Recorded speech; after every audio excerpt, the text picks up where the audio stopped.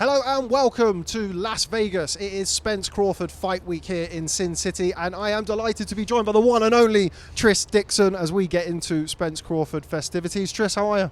It's so hot, Rob. It's so hot. I mean, I've been to Vegas a few times, but 40 degrees at 10 p.m. is going something, isn't it? It's staggering out there. Yeah, it really is hot. It's the desert. So, I mean, it is hot every time you come over. I always say to people, it's like, if it's hot, it's the desert heat, and if it's cold, it's the desert chill, and there's always like desert weather. It's not a whinge, and it's definitely not a humble brag. It's just brutal. It is like, you know, you get that when you open the oven door and you check your food, and you've got that blast. It's like that, but then the blast doesn't go away. It just keeps nailing you. It's like when you step out of the hotel. It's like when you open the oven to get something out of the oven, and you get that kind of initial phase. Just before we kind of get cracking, we get to start talking about the fight week ahead and obviously what we saw a couple of days ago in Tokyo. We were talking briefly before we started. This is your 71st trip to Las Vegas, is that right? Yeah, 70th or 71st. Yeah, I've been coming here since 2000. Wasn't necessarily covering fights then, but I was in boxing and trying to make a career for myself over here, and I was passing through the first time actually. I stayed at the Stardust, which has now been demolished. It was blown to smithereens as a controlled explosion years after I stayed there. Not because I stayed there, I don't think. And that first trip I went and saw former middleweight legend Joey Giambra, who's since passed away, Eddie Mustafa Mohammed, and I went to the Richard Steele gym, which is no more. Good times, like incredible times really, now looking back on it as a sort of penniless, homeless vagrant who just sort of took a bus out here. But yeah, it's changed a lot, the Strip, and it's ever changing, isn't it? Like, it's always a building site. There's always loads going on, but yeah, it's been some great memories out here, you know. Fight wise, Pacquiao's given me so many amazing memories out here. I was at the fight with De La Hoya, the changing of the guard, when Manny jumped up in weight and did what so many people thought.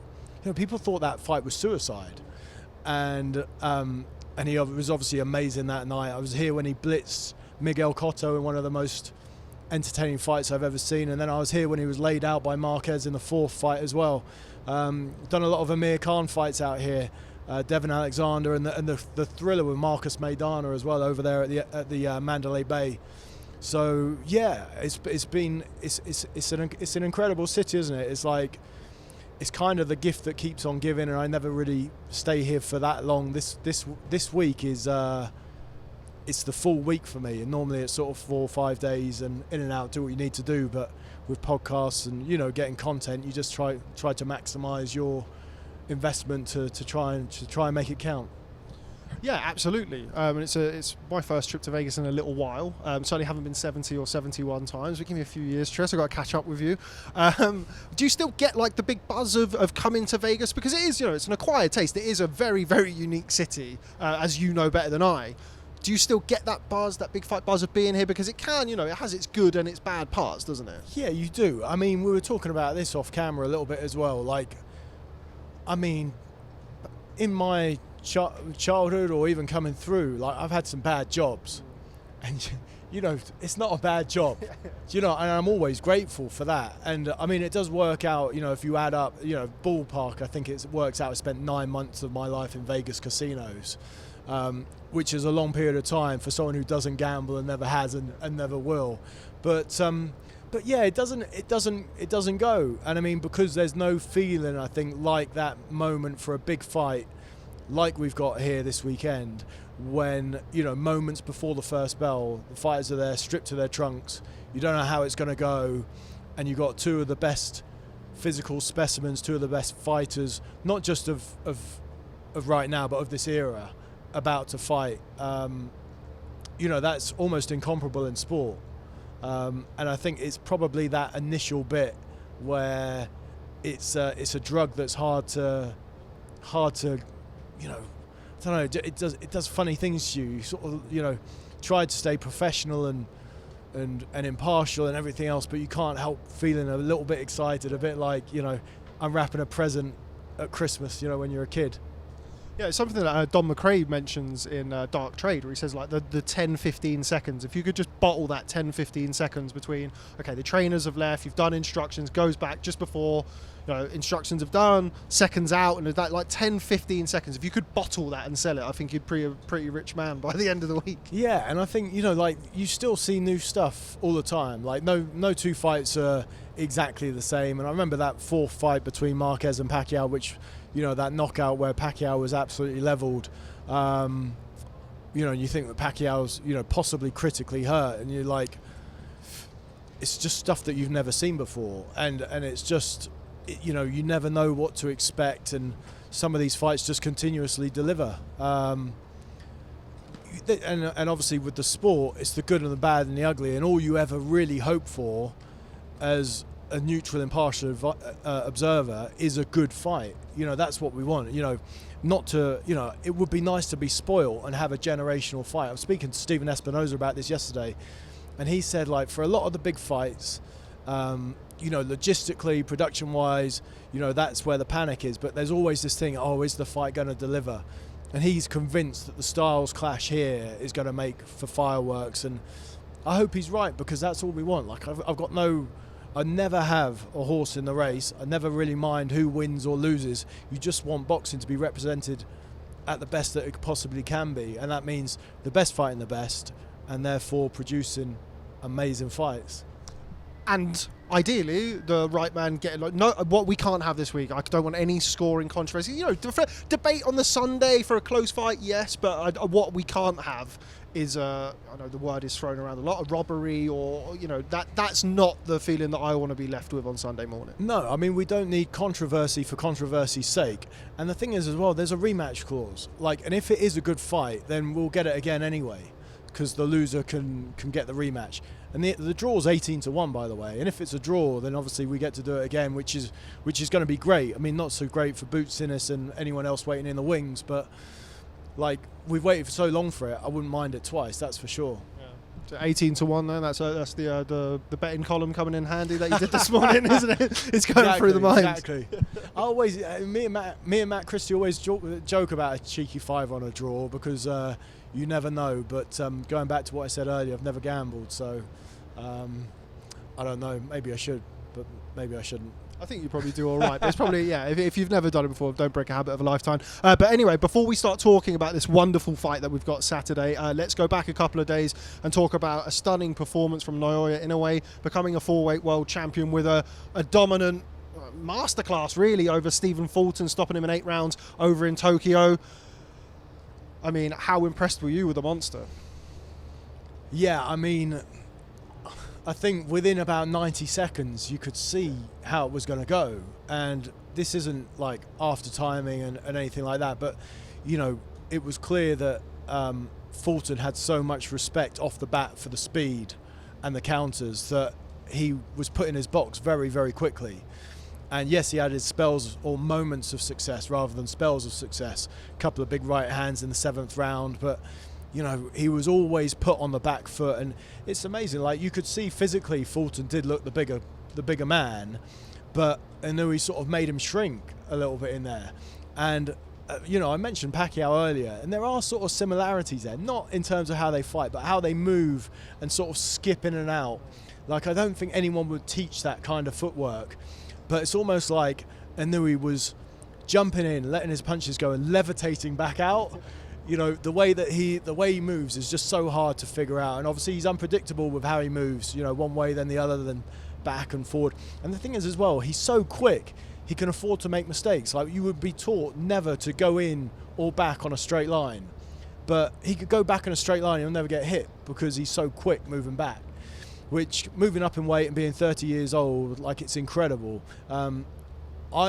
I thought he was going to win, but I didn't think it would be like it was. Like, it was a Fulton, I saw afterwards, was blaming himself rather than Inoue, saying he didn't do what he needed to do. But I just think he was put in his box, and the key was thrown away early doors. Yeah, Inoue just has that presence, doesn't he? That those elite of the elite have when they get in the ring. And like Fulton was a naturally bigger man. Of course, he was kind of on his way up to featherweight before this fight was announced. And also we know Inoue started his career at light fly, but in there he just seems to have this presence and seems to have this way of making himself seem like the bigger man in there, when of course he's actually not. Yeah, I think it goes back partly to his movement, and he's got a long reach though. He does have a reach. I think someone posted the other day that his reach is like longer than Marciano's by an inch or so. Sandy Sadler's usually like the great example of that, isn't it? About a shorter fighter or a lighter fighter with long levers. Yeah. But so I think Inoue makes, you know, and he's relatively upright as well. You know, he doesn't hunch over, and he's got these long limbs, and where he sort of comes sweeping in from distance, it gives him the impression that he is a bigger dude, I think. But he's obviously not, and that's part of the appeal, isn't it? He looks like a school kid. Yeah. And yeah, he's just a complete handful, isn't he? I watched the fight back again this morning actually, and you sort of try to shoot holes in him, and you know, yeah, what he does isn't conventional, but you can't fault it.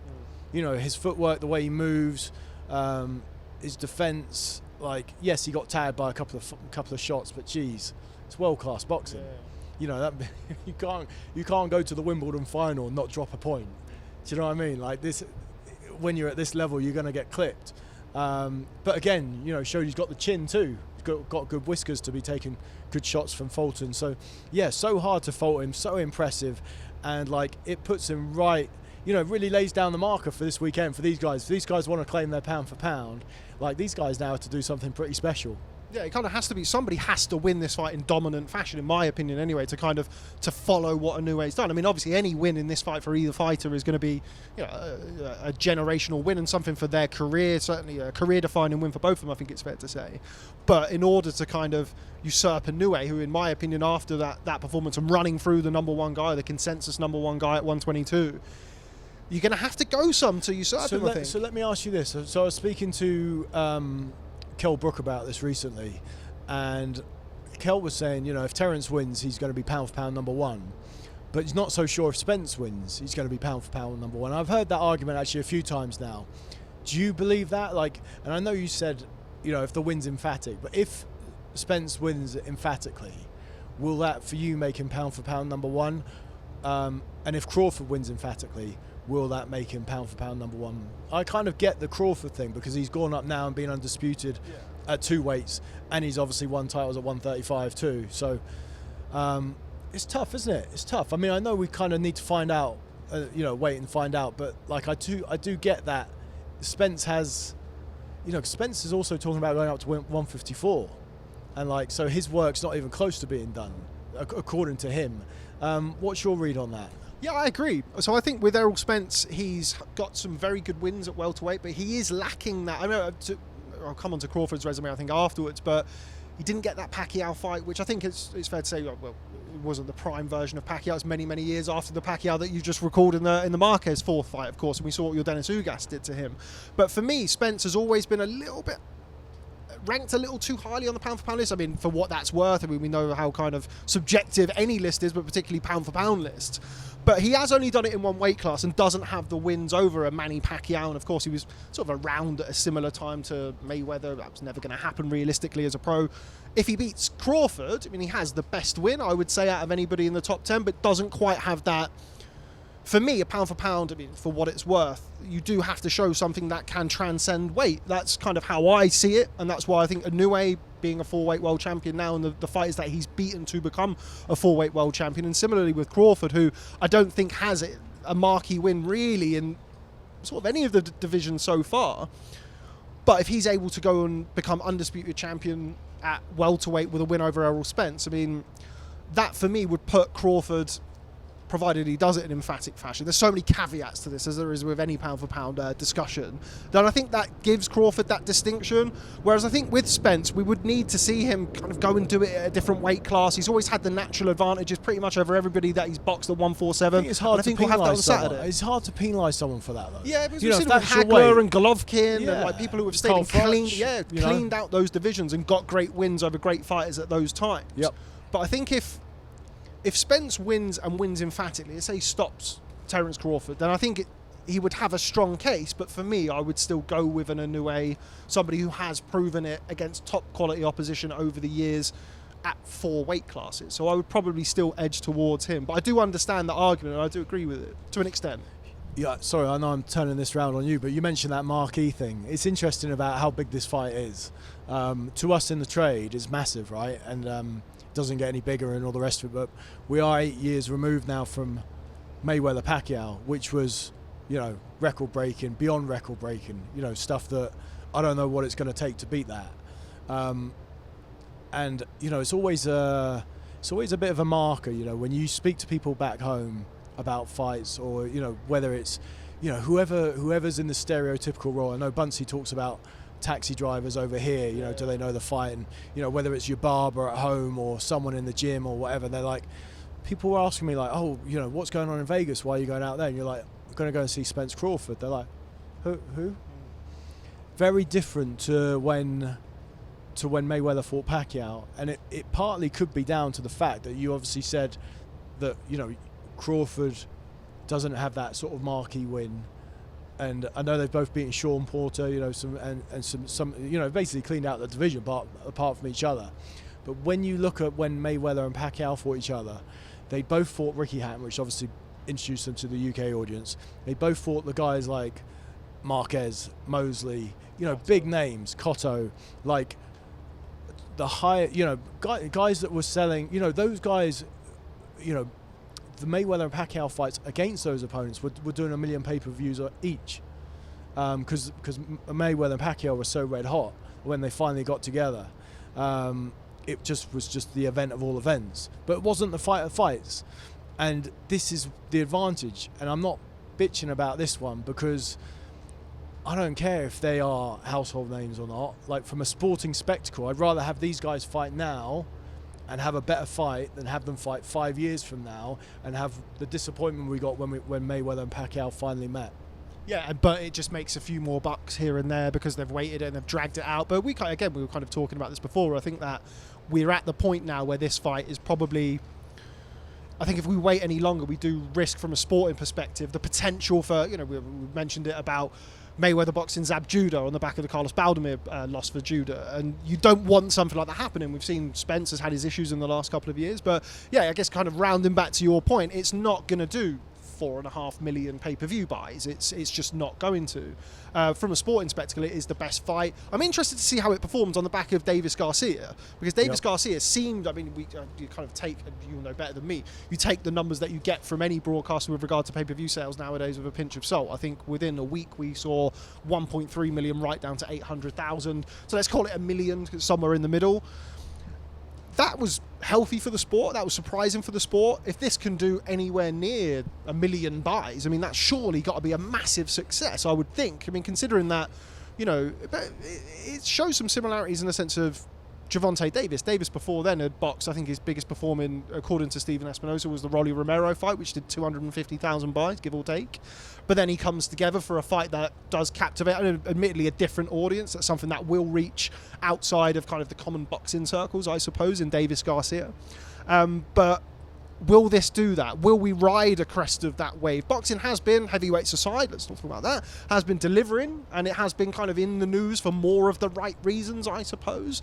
But does that translate into a commercial success? I don't quite share your positivity.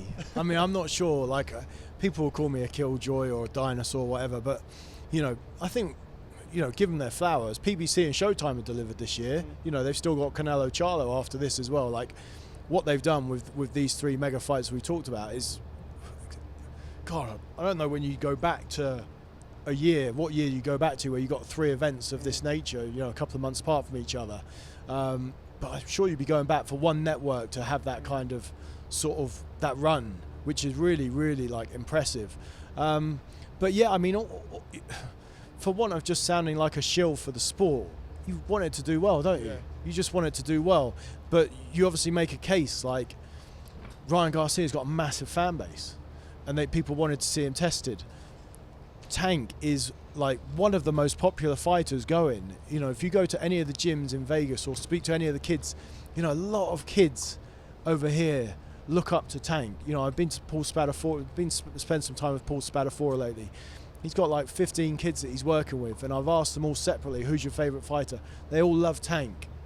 You know, like, and with all due respect to Spencer Crawford, they're not saying Spencer Crawford, they're saying we love Tank. With Crawford as well, like, he's not the most gregarious character. He's not the most giving guy.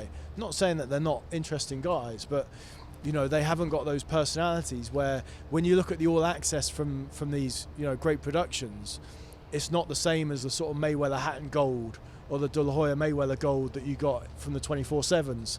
And that's not me trying to be nostalgic. You just had two completely different characters playing very different roles, and these guys are letting their fighting do the talking. That's not a criticism, but obviously when you talk about commercial appeal, it's a factor.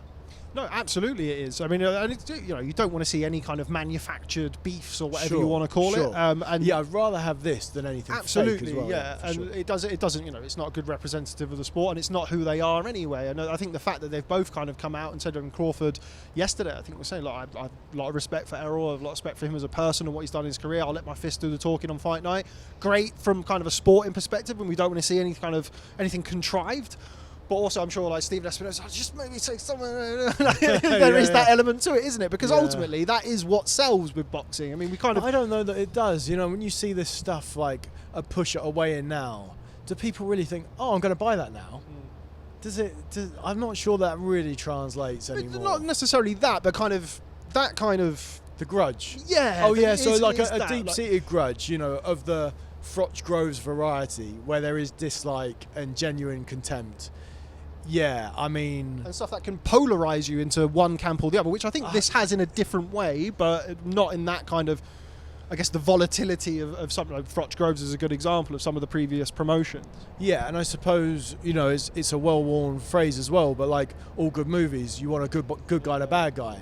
And I suppose that's the thing, right? When you look at, you know, whether it's all the different subcultures of popular culture, you know, when you look at finals or when you look at fights and that, you do want to root for the good guy or the bad guy. And I say the bad guy because, you know, someone like a Tank now, he's a bit of an anti-hero. Yeah. You know, some of these guys are, you know, it's more popular to root for the bad guy, which, hey, is fine. Like I said, I don't mind. It's just as long as we're not manufacturing the stuff. But the legit grudges, I remember going to the second fight between Cotto and Margarito in New York, you know, where you're like, you know, you don't want to take your eyes off it because you know it's bad blood. Yeah, like De La Hoya, Mayorga and things like that. Obviously not a as well matched fight as this. All due respect to Ricardo Mayorga, hopefully he doesn't rock up somewhere this week having a cigarette and put it on Vargas is me. town, so De La Hoya Vargas. Let's go for that. Yeah, that was it. Yeah, again, another that kind of adds to it, that extra little element that. Yeah. We don't necessarily have in this, but I don't think we need it, certainly from a sporting perspective. But I'm interested to see how well it does. I'm interested to see how the promotion carries. Let's talk about the fight itself. I guess right off the bat, who are you leaning towards more in this fight and why? So I've been quite strong on Crawford all the way through, and now I've choked. I've gone the other way. Sign of a good fight? And do you know what? I think the thing is, you can obviously make the reasons. There's more reasons, or you can make a stronger case for Crawford when you look at the individual things. You look at the activity. He's been slightly busier. You know, Spence one fight in 2 or 3 years. You look at his ability to change stances seamlessly and be just as good in one as he is the other. But also, depending on his opponent, he can be more effective one way or the other and stick to that. And whatever's working, he's comfortable with. Then you obviously got to weigh in Errol and the crash.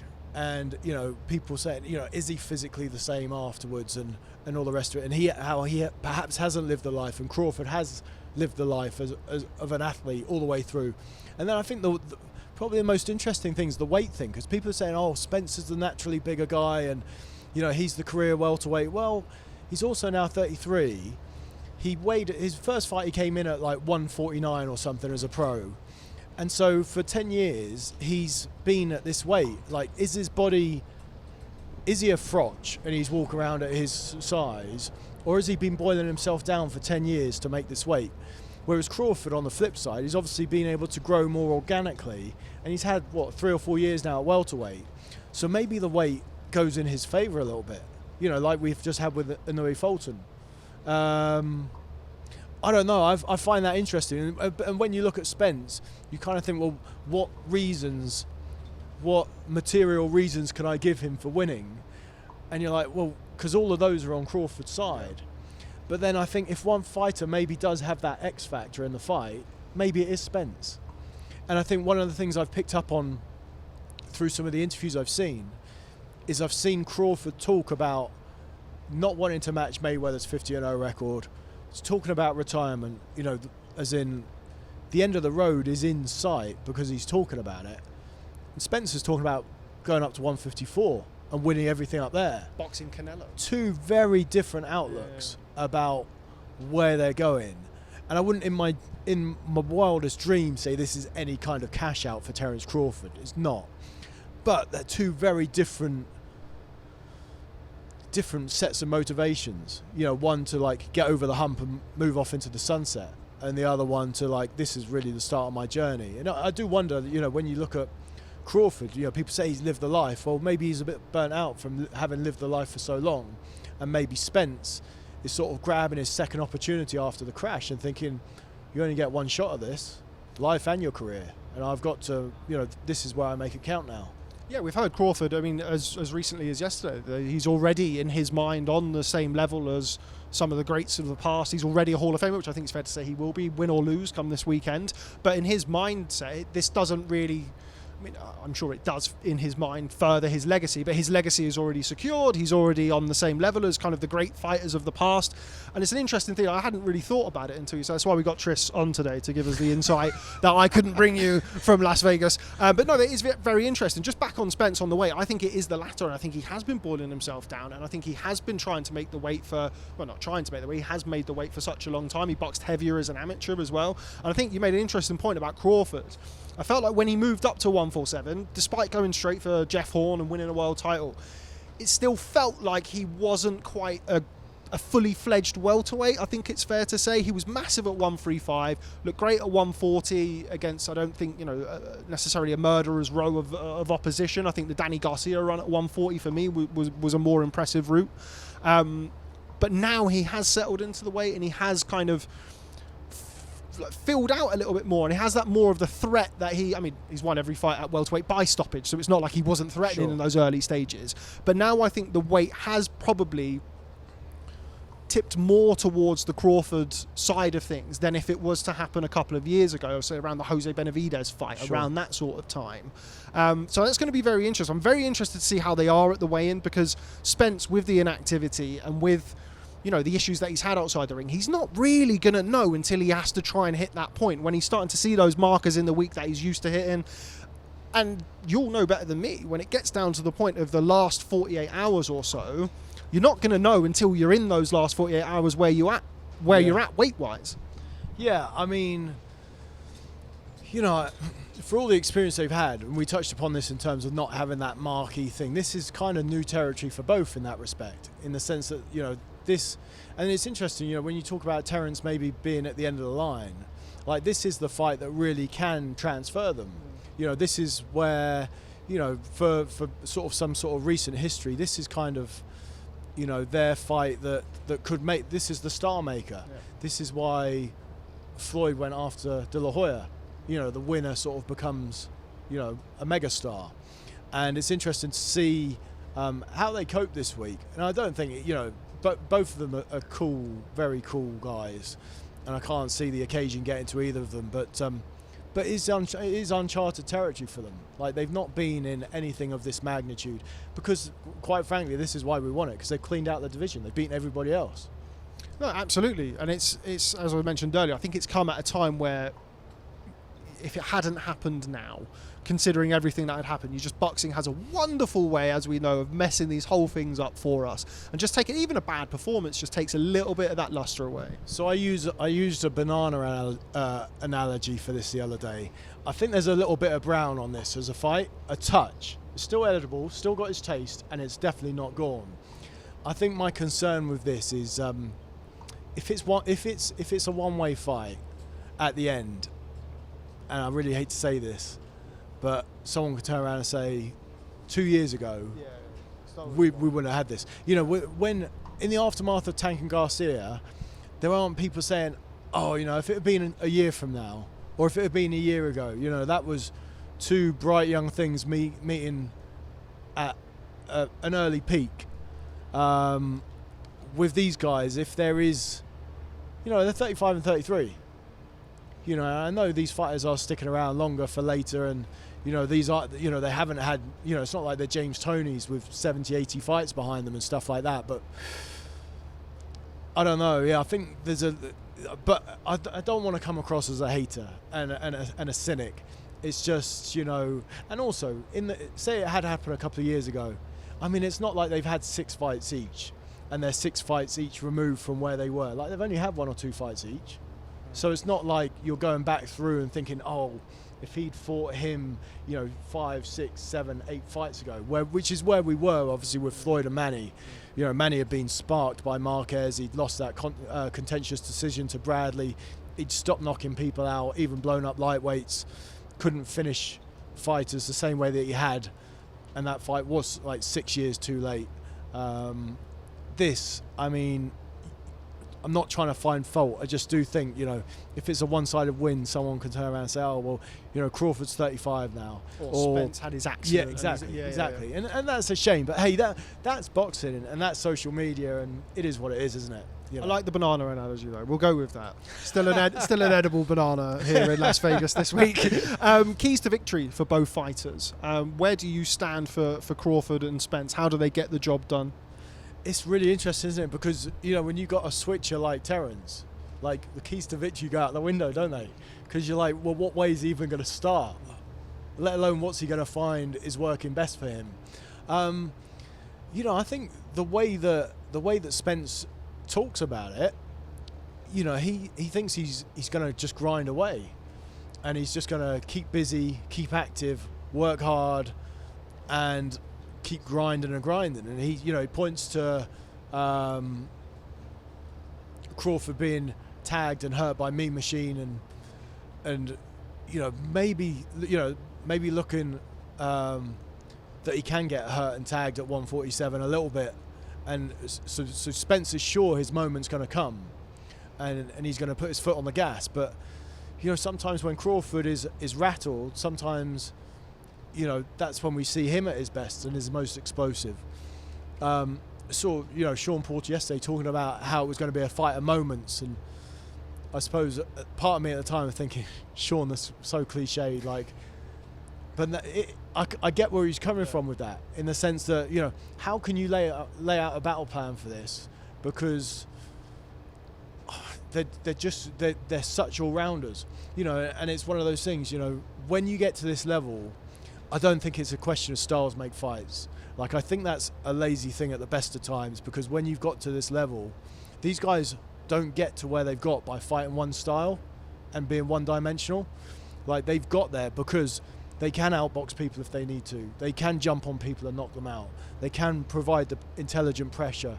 When you've got someone like Crawford, you can box southpaw. You can do different things. Like, these guys aren't where they are because they just fight one way. So when you look at the keys to victory, is it going to be Crawford switching stances, being a sharpshooter, trying to land jabs and flurries and then pivoting away to safety, almost sort of Loma Usyk-esque, which is always a hard style to prepare for? Or is it going to be Spence just grinding away, hopefully tagging him at some point? I mean, hopefully. Obviously, there's going to be method to the frenzied madness. But is he just going to sort of just set a high pace and wait for the opportunities and just keep digging in and hopefully make his, what some people say, and obviously we talked about it earlier, but make his size tell and just keep grinding and force out a late stoppage. It's so interesting, but when you look at the keys to victory, it's tough, isn't it? Because what can't they do? Yeah, absolutely. I think it's you've kind of touched around the point there with regards to Terence Crawford. I think it has more ways to win on the surface of things than Errol Spence, but I think Spence is kind of, and admit, I've heard all of the things that he's been saying as well, and I do expect him to try and make it an attritional fight. It's kind of how I think that's probably his preferred method, so to speak, over his career. He likes to get in, he likes to be physical, but he's shown in the past that he can box. He's got a lovely jab, can be very, very busy, which I think from his perspective is kind of his biggest asset in this fight. He's a big, strong welterweight who throws 70, 80 punches around, a southpaw. But I do feel like Crawford has the the more tools to win the fight. But I do think people are potentially looking at Spence as a bit more one-dimensional than I think he's proven in his career so far. Yeah, but I think they're looking at it that way because of who he's up against. And the thing is as well, like, Crawford might have 4 or 5 ways to win a fight, but you still only need one. Yeah. And if he hasn't got an answer for what Spence is bringing, it doesn't matter how many answers you got. You know, if you can't put a dent in Errol, if you can't win his respect, if you can't keep him off you, you're going to have a really rough night. So yeah, I mean, I agree with you, and I think that's why Crawford's the betting favourite. Again, a nod to my betting stuff earlier. But I think just because he's got these things going in his favour doesn't mean they're fight-winning things. Do you know what I mean? It doesn't mean that those are the attributes that, just because he's been just because Crawford's been more active doesn't mean he's going to win. Just because he's lived the life doesn't mean he's going to win. You can't just because he's got more ways to win doesn't mean his way, or it doesn't mean he's got the right way either. So I don't know. I don't really have the answer to the question. When you look at the keys to victory, I don't know. And the thing is that I suppose as well, if Terence is just as equally happy switching it up, how does Errol make him fight the way that he doesn't want to fight as well? Because, I'm going to sound like I'm making Errol one-dimensional, saying bringing the pressure, bringing in the heat. But, like, what's he going to do? Is he going to get him moving one way? Is he going to be trying to cut the ring off and not letting Terence use his straight left? Or, is he going to get him to try and jab more with his left? Like, what's he going to be doing from a footwork and pressure-wise? Because, like I said, there's a difference between pressure and intelligent pressure. So what's going to be his goal with that? Like, you can't just bring the heat. Like, you've got to bring the heat in Vegas, of all places. You've got to bring the heat and, like, make them fight your fight. And obviously that means probably stripping away 4 or 5 of the ways that Crawford can fight. How he does that, I don't know. I just don't know. I was with Derrick James yesterday, and there's no point asking him the question, because you're not going to say, oh yeah, Derrick, by the way, what's the game plan? What's the game plan? The guys at Boxing News are going to ask me, what is the game plan? So before it happens, just tell me what the strategy is. I think he plays with a straight bat at the very best of times, Derrick. Yeah, so Derrick's great. So just as a couple of things on that. So I was in the gym the other day, and on the Monday, and I was going to go and see Augie Sanchez, the former featherweight who fought Naz. In fact, the last American to beat Floyd in the amateurs. And I was in there writing notes for questions for Augie, doing some research. And Derrick I think Derrick was a little bit wary that I was taking notes about what Spence was doing. And then when I went to interview Derrick yesterday, I pulled him to one side in the casino and said, can we just do this like 5-10 minutes now? And he's like, yeah. And I pulled out my dictaphone to start recording. He's like, no, not in here. And he went and spoke to the staff and got us a private room. So Derrick, I'm not saying he's paranoid, but he's not putting anything out there. Yeah. So me asking him what the fight plan is not going to work, is it? And I know I'm a journalist, and I know I've got to ask the obvious questions, but I don't need to hear all of the obvious answers, including being told where to go on fight week. I'm sure he'll just volunteer it all to us tomorrow at the press conference anyway. He'll just sit up there and say, this is what we're going to do, and yeah, I'm sure. Exactly. And the thing is as well, you never know what's a ruse and what's not, right? You never know, like the old bait and switch. So yeah, afraid when it comes to keys to victory, it's tough. Is there anything that you think that stands out as like that someone has a clear advantage in this fight going into it? I think one of the things that I felt about this fight is that Crawford has kind of developed over the years into this predatory finisher, really, on the front foot. I think, earlier in his career, I think people made quite a lazy assumption about how he boxed and the type of fighter that he was, and he's slick and he's this, and obviously he can box and he can show that he do it a variety of ways. But since he's boxed at 147, he has become a little bit more patient and waiting for those moments, to borrow Sean Porter's phrase, and one of those moments came against Sean Porter. But the flip side to that, of being this kind of methodical, stalking, menacing finisher, is that he can give up rounds. And when you factor that into Errol Spence's activity and how he can be so busy and pick up so many rounds, while Crawford is having a look, and so certainly those earlier rounds, I think Crawford's potentially going to have to start a little bit quicker than maybe he has in other fights. But I'm sure from his perspective, he's thinking it doesn't matter because eventually I will get you. And like all of the great finishers and of the last recent few years, Gervonta Davis is one of them. The Canelo run at 168 pounds was again a similar sort of style where it's, okay, I'm happy to give up some rounds because eventually I'm going to get you with the shot that I'm looking for. And when I get you, that's it. Caleb Plant, I don't subscribe to the notion that some did, that there was a particularly close fight, but he did pick up some rounds due to Canelo not really just waiting for those big shots. And Davis again against Mario Barrios kind of gave up rounds in that fight, and I feel like that could be something that we see in this fight. And I'm interested to see how Crawford goes about things in those earlier rounds, because I don't think, okay, he signed a 2-fight deal with the rematch, but he's the away fighter here against somebody in Errol Spence that PBC have invested a lot in. And I think from a competitive point of view, I think he'll understand that he maybe can't afford to give up those earlier rounds. That's one of the things that I'm interested to see how he kind of counteracts what we've seen from both of them really over the last 3 or 4 years. So that's one of the things that I'm looking for. Yeah, and I think it's interesting when you get to that level, it's all very well taking a look and giving away some rounds, but there comes a point where when you fight someone at such a high level, you can't bank on just thinking, oh, they'll slip up in the 10th round and I'll be all over them and that'll be it. You can't, because you'll be waiting a long time. If you're waiting to get them out of there or waiting for them to make a mistake, if they're switched on and they're not buying your feints or you're buying their feints or whatever's going on in there, if you're waiting for them to make a mistake at this level and they have a good chin and good defense and there's nothing wrong with Errol's engine either, like, you're going to be waiting a long time. You're going to be waiting more than 12 rounds, and by then your time's come and gone and you've lost on points. So I know the engine thing's really interesting actually. I don't think either can be faulted for it. I was just speaking to one of the Showtime execs they were talking about filming All Access, and they said there's this hill, a well-known hill where Errol's been running, and sort of they always see the fighters run up this hill, and it's a very steady grunt work. Apparently Errol's up there like a hare, like sprinting up this hill, and then they get to the top and they're sort of ready for him to taper, and he just keeps going into the horizon.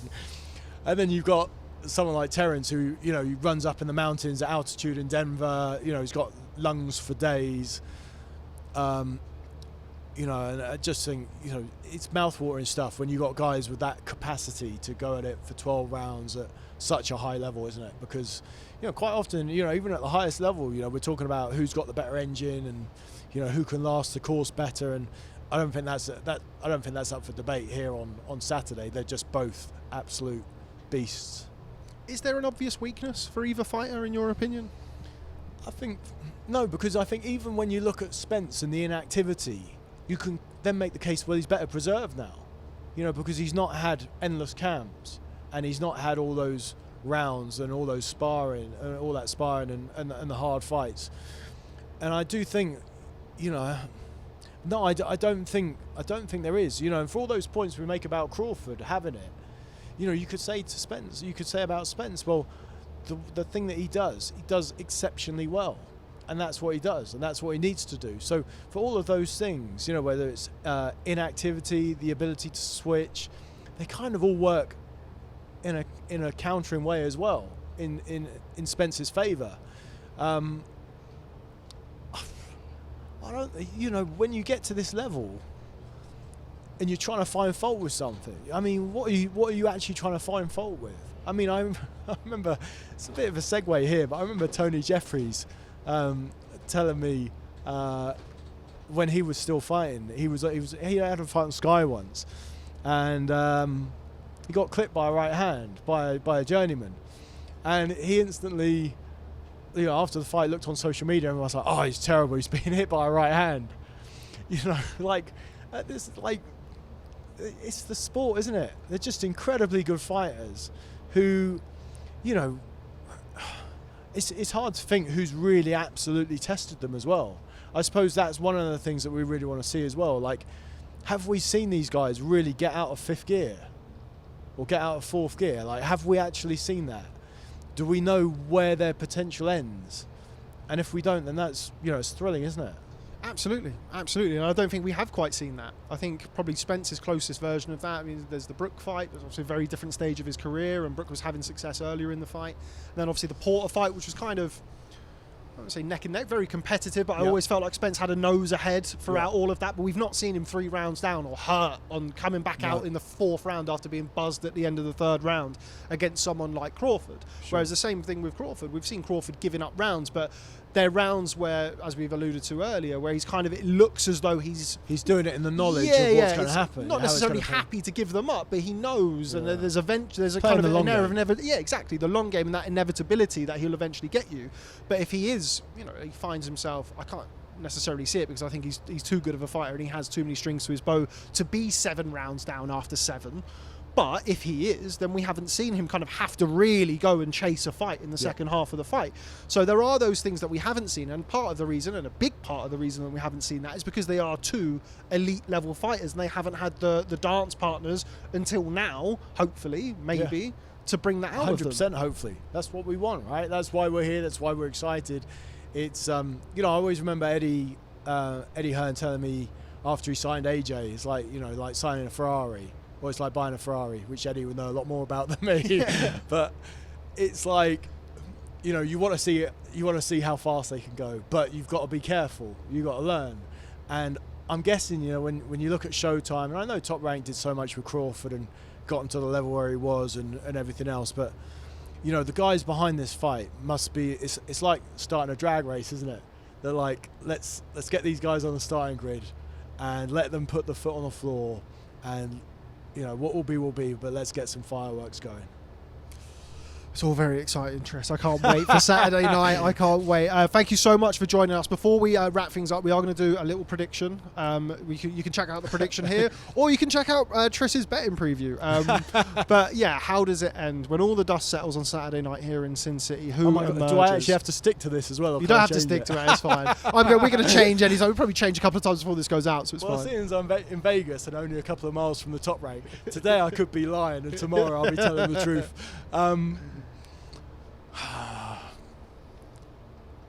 Oh God, I wasn't aware this was coming. I feel a bit blindsided. That was the whole point. I should do the whole diva thing and just get up and storm out here. You hear sort of chairs going in the background. I'll go Spence. But I will say, like, it's a coin toss for me. And that's the way. And I think it's because I'm leaning. I've just since I've been out here. And I've seen more of Spence out here. I saw Spence on Monday and Tuesday. I saw Crawford only at the grand arrivals. And I think it might be this talk about Spence being nearer the start of his journey and his ambition to go up and do more. And Crawford thinking, he's got one eye or one foot already across the finish line.